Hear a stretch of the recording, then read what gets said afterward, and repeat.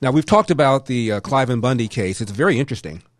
And it all started when Bundy, his sons, were indicted on conspiracy, other allegations, accused of rallying militia members and armed supporters to stop feds from impounding Bundy cattle on their ranch. The men have spent, three of them have spent much of 2 years in jail. And one of those involved in the case is Larry Klayman, the head of Freedom Watch, former head of Judicial Watch. He now joins us. Larry, thank you very much for taking the time. We appreciate it. My pleasure. Yeah, now, I know you were involved in this case. This case became a symbol for conservatives because a lot of us believe that the federal government should not be involved in owning so much land. And this man was said to have been using federal land, and they dinged him for a lot of money he didn't feel that he owed. So talk to us about the case.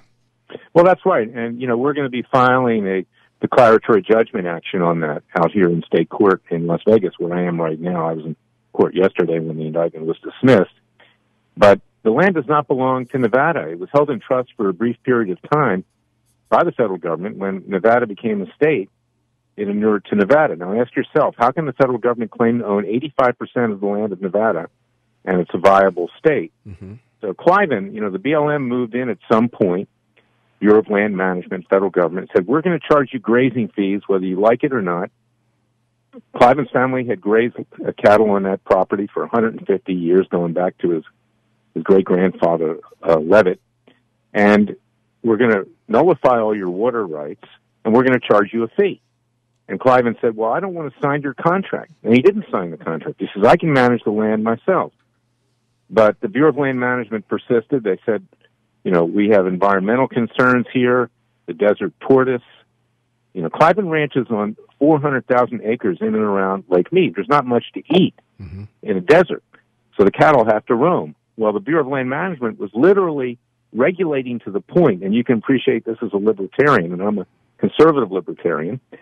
They were literally telling Cliven where his cows could eat, what bush they could eat at, because you don't want to harm the desert tortoise. Well, the desert tortoise happens to live off the cattle. It eats the cow manure. They like each other. So this whole thing was theater of the absurd. And Cliven said, look, if I'm going to pay anybody, I'm going to pay the state of Nevada. They own the land, not the federal government. But along comes Harry Reid, that very corrupt, mafia-connected senator from Las Vegas, Nevada. And he and his son started negotiating behind, under the table, the sale of Cliven's land out from under him, the third-party environmental interests. And along comes President Obama, and he, of course, believes the federal government should have unbridled power. And what does Harry Reid do? He has Obama put in, his chief of staff, Neil Coren, as head of the Bureau of Land Management. And that's when all this started. And Cliven had been left alone for decades. But Reid and Obama, in my view, conspired to take that land away from Cliven Bundy. And as a result, ultimately, they sent in these goons armed goons to threaten the lives of the Bundys. When the Bundys would not roll over, Cliven's sister Margaret was violently assaulted and thrown to the ground.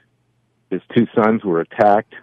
One of them was tased. The family dog was almost killed, kicked. And tens of cattle, the bulls that, were used to procreate the herd, were killed and buried secretly in a mass grave. And when people saw that on Fox News, primarily on Sean Hannity, people came to the ranch to peacefully protest this.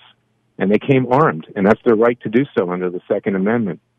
And then a couple years later, Obama and his Attorney General, Loretta Lynch, indict Cliven and 18 others, claiming that this was a conspiracy to harm the federal government, when in fact it was the reverse. And we now know, and that's why this case was dismissed, is that it was the government, so-called government, I don't consider this to be a government, frankly, that would do these kinds of things. They came in with sharpshooters, mercenaries, they did surveillance, they trained weapons on the Bundys long before there was a standoff.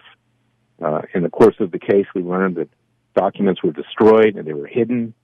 The prosecutors lied to the judge. Now, this judge is the hand-picked judge of Harry Reid, appointed by Obama. She had to flee the ship because she had been supporting everything the prosecution wanted in this and another case.